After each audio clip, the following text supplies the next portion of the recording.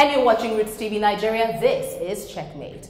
As we count down to the rescheduled 2019 general elections, a lot of issues, a lot of questions are coming up. Today, we are talking to a very important set of stakeholders in Nigerian elections. We are talking about the election observers, the independent election observers. Who are they? What do they do? And we will get their assessment on INEC preparedness for Saturday polls. I would like to introduce to you our guests right here in the studio, starting with Emmanuel Njoko. He is with Connected Development. Welcome, Emmanuel. Thank you for having me here. All right. And we have Biodu Ajinona. He is with Election Monitor, right? Yes. Ajijola. Yes, that's right. Emmanuel Ajijola. Or rather, Biodu Ajijola. Yes, getting those names. All right, let's go straight to it. A lot of people really do not understand what election observers do. Election is a process. It's not just a day. So the question is, when do you start observing? And what are your major responsibilities? I want to start with you, Emmanuel, especially with your organization. So first of all, I will say this, election observation, there are two kinds of election observation. So they have the long-term election observation, and they have the short-term election observation, and they have the election day election observation. I see. So it depends on what some organizations are focusing on or the kind of funds they have for what, to do what. So for us at Connected Development, I would say we'll do what we call short-term election observation, because prior to the last day, 16th February, we had already deployed people who were already observing the elections a week before the election and expectedly 3 days after the election. So because we are not just focusing on election day processes, we also, because we have partnership with security agencies, so we're also looking out for activities and things that can trigger violence in the country. So you know, most times when violence happens, it doesn't just start at the election day, at the election polls. They are precursors. So there are activities before then. People are mobilized. New people come into town. Different things happen. So our election observers before the election, they are expected, beyond following INEC and their deployment plans, are also expected to look out for anything that looks like it could trigger violence. So I will raise those concerns to our partners, the security agencies, so they can quickly mitigate any of such activities that could happen. Piotr, before I come to you, while you are saying that, Emmanuel, one thing that came to my mind was a lot of inciting statements that have been coming up in the past few days leading to the elections. A typical example is the very controversial statement by President Muhammadu Buhari when he talked about election riggers being shot on sight. There have been people who say that is quite inciting because according to the Electoral Act, that is not the punishment prescribed by the law for election riggers. How do you assess that in terms of leading to violence during the elections? So first of all, I think Mr. President was being emotional. Then secondly, I don't think, and this is sad, I don't think Mr. President completely understands the election day processes and the electoral act stipulations. Because first of all, in a polling unit, the Nigerian military, they have no business with elections. Election is a civil affair. So the military doesn't have it. So when Mr. President said, shoot at sight, if he actually even said it in that particular terms. No, in his words, he said he has given military. And I saw what the Nigerian military have just responded, and I'm wondering, where are they in the whole election processes? Even in the polling units, the act stipulates that the security men who are supposed to be police, civil defense, are not to be armed. So when you talk about people getting shot, where would the guns come from? In the last election, the Nigerian military were only positioned on the highways to ensure safety at that level, not at the polling units. So if Mr. President truly understands election day processes, he will know that the military, they have no business around polling units. Interesting. Let's move on to you, Biodu. Good to have you. Now, explain to us what your responsibilities are during the election. Are you short-term? Is your responsibility short-term or long-term? Yes, to give a proper view of the election, it must be a combination of both. I see. Otherwise, you will miss certain things which are very critical. For example, voter registration. This happens many years before the election. In fact, it's a continuous process, and it's only been suspended. It will continue immediately after the elections. I see. And if the voter registration, for example, has defects, it's going to show up in the elections. I see. And from the voter registration, it's always very easy, it gives you an idea of even how the elections look like. You get what I mean? So if, for example, like we have in 2018, increased the register by 14.2 million people. So it's gone from 68 million or 67 million to 84 million. Yeah. And in 2014, we're able to increase the register by just 9.9 million, right? So what it means is that the register increased by 9.9 million in 2014, in 2018 increased by 14.2 million, which means that's from 9.9 million to 14.2. It's about 44.1%. Yeah. The meaning of that is that the Electoral Commission has been successfully been able to get many more people interested in the process. Yeah. Now, what that first of all shows you is that the Electoral Commission, in my opinion, is trying to be more fair and balanced and has been more effective in carrying out its duties. Two, it also shows me that it's open for more Nigerians to participate in the process, right? And some of the differences from the last time is that some places that had very high registration figures in 2014 have very low registration now. Example of those places. For example, Kano. I see. It's Northwest. Northwest has 14.4%. It's the lowest in Nigeria in 2018. But you know, already it has a big population before. It's like Lagos. It's like, you can never compare the population of Nigeria and China. No matter how we grow our population, we can't reach China because it's bigger. So what you used to compare is increase, percentage increase. All right, let me ask you a few questions based on the fact that you've brought in data, and I see that you're more of a data man. I see you're more into figures, which is amazing right now. Let's talk about some things that have been noticed so far. There is a huge discrepancy between the number of registered voters and the people who actually vote, because the percentage that we have is sometimes, in some cases, less than 50% of people who have been registered. Yes. Registered and the people who turn out to vote.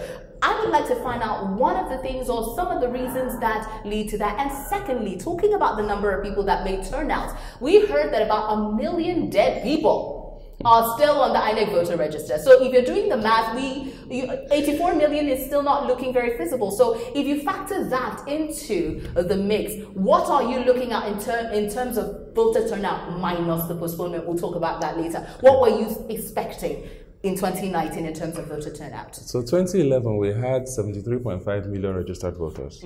38 million, or slightly over 38 million voted. That's a combination of those who voted for the parties plus the rejected votes. That gave us 53.1% voter turnout. 2015, right, we had about 67 million people registered. And we had about, I think, 29 million or so who were actually voting, but 31 million were accredited. So the voter turnout could range, depending on whether you use accredited or votes cast, for about 46% and 47%.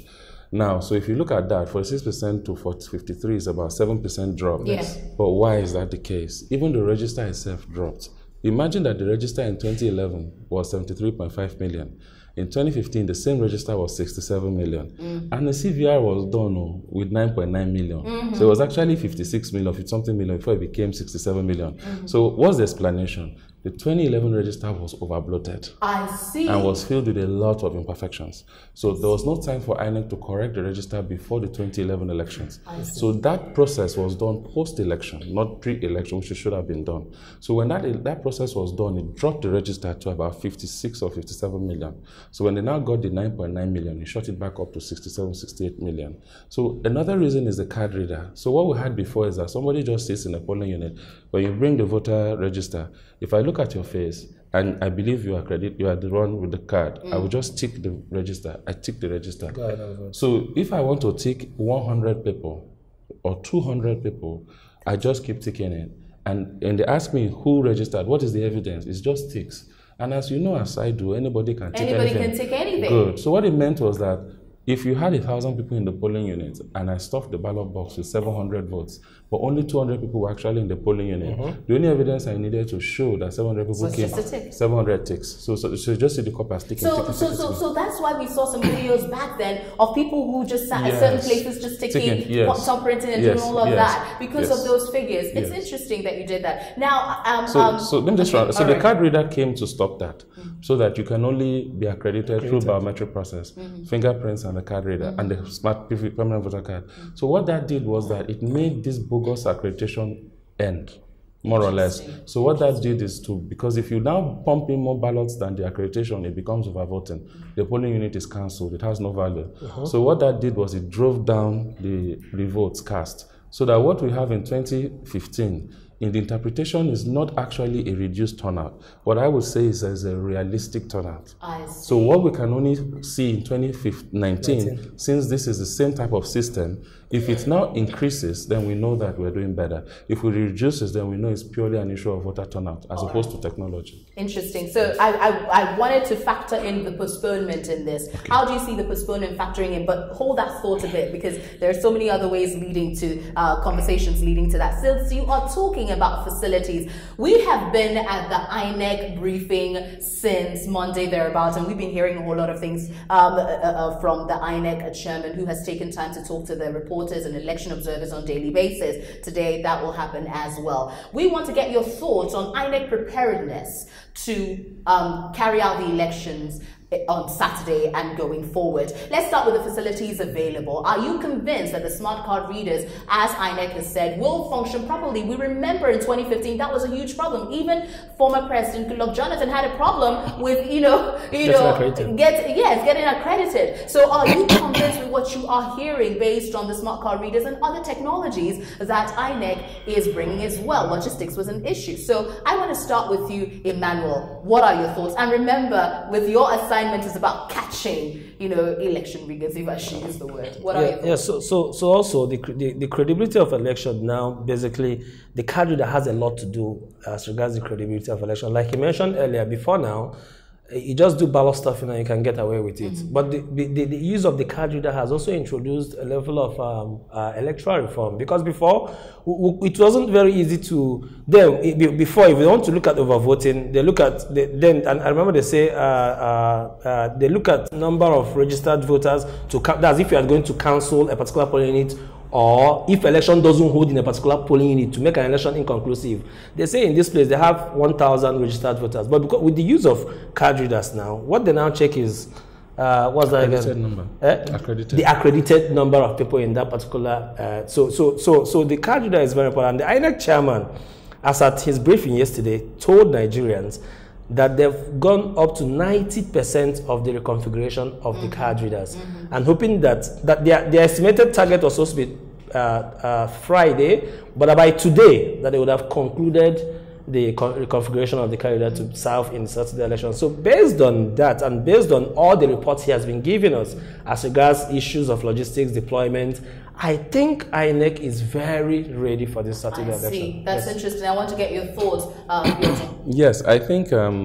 I remember very well that in one of the briefings, you were very concerned about certain... Your word was innuendo?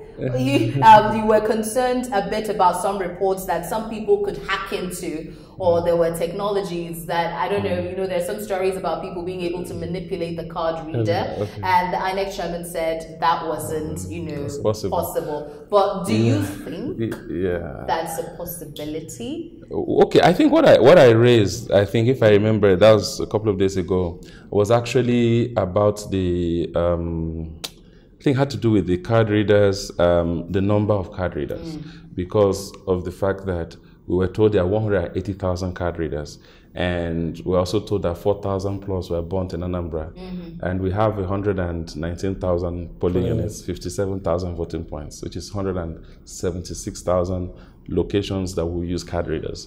So my thinking is that if 4,000 have been burnt and 4,000 minus 180 is 176, which is equal to the number of locations that need card readers, it means that if a card reader fails in a location, what happens? Because there's no spare. So that was my question. And then the chairman explained that the figures that we are relating to are just figures for those that will be used on that day, but they are redundant ones, that they have 2 per ward, and there are 8,809 wards, so times 2 is about 17,600. So he said those ones are redundant. So in case of such things, that was the issue. But do you think even some of those reports, whether unfounded or not, that these card readers can be tampered with? Although the chairman of INEC says they're going to be working offline, so it might be. But in your experience, do you think that's even remotely possible?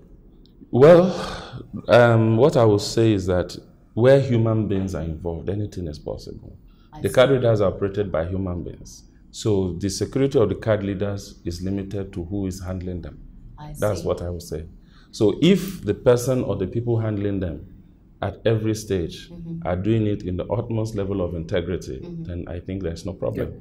But if somebody handling it is compromised, then of course the machine itself has no problem. I think it's a bit hard given what they've said. The card readers are programmed. INEC says they are programmed to start by 8 a.m. and they automatically shut down by 10 p.m. on the same day. So, and then the card reader only functions with the PVCs that are situated in that particular polling unit. So I don't really see that much possibilities of people hacking or manipulating. Okay. So let's move on to the most important aspect of this conversation. Every part is important, but a lot of people are still talking about the voter turnout based on the postponement, because immediately that postponement occurred, a lot of people thought, I've traveled, will I go back come back to town? Do I stay? Some people believe this is going to bring some level of apathy to the voters who would wonder, would we want to go through the stress a second time? So factor in the postponement of the elections. I will start with you, Emmanuel, and then we'll go to you. Now, bear in mind, when you take up this conversation, I want you to also factor in postponements in previous years, how it affected voter turnout. So starting with you, Emmanuel, do you think it's going to affect voter turnout? Yes, clearly. I would think, like my friend here talked about the percentages in 2011, 52 point something percent. In 2015, we had 47. I remember 2011 election was postponed for 6 weeks. Yes. 6 clear weeks. Then this election was postponed just about 6 hours before polls. Before polls. So as of 2015, when elections was postponed for 6 weeks, people had not really traveled as much as. So in this case now, this feels more like postponing Christmas Day, because it's a date that has been there for so long. So people have already planned their schedule and activities around that date.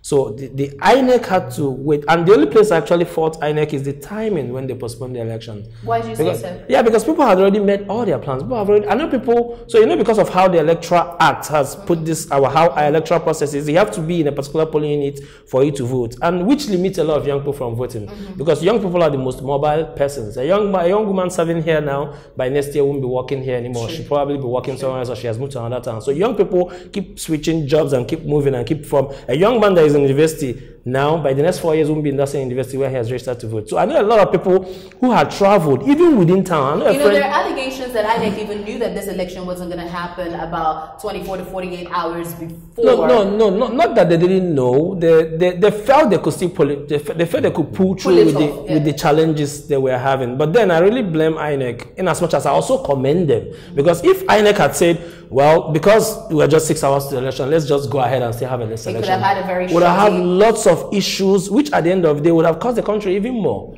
Because if they had gone ahead to have the election, and the election will come up with plenty legal challenges and too many issues, and at the end of the day, one of the political parties finds a way to upturn the whole process, that means Nigeria will have to start all over again. That will be very costly. Biojo, what are your thoughts?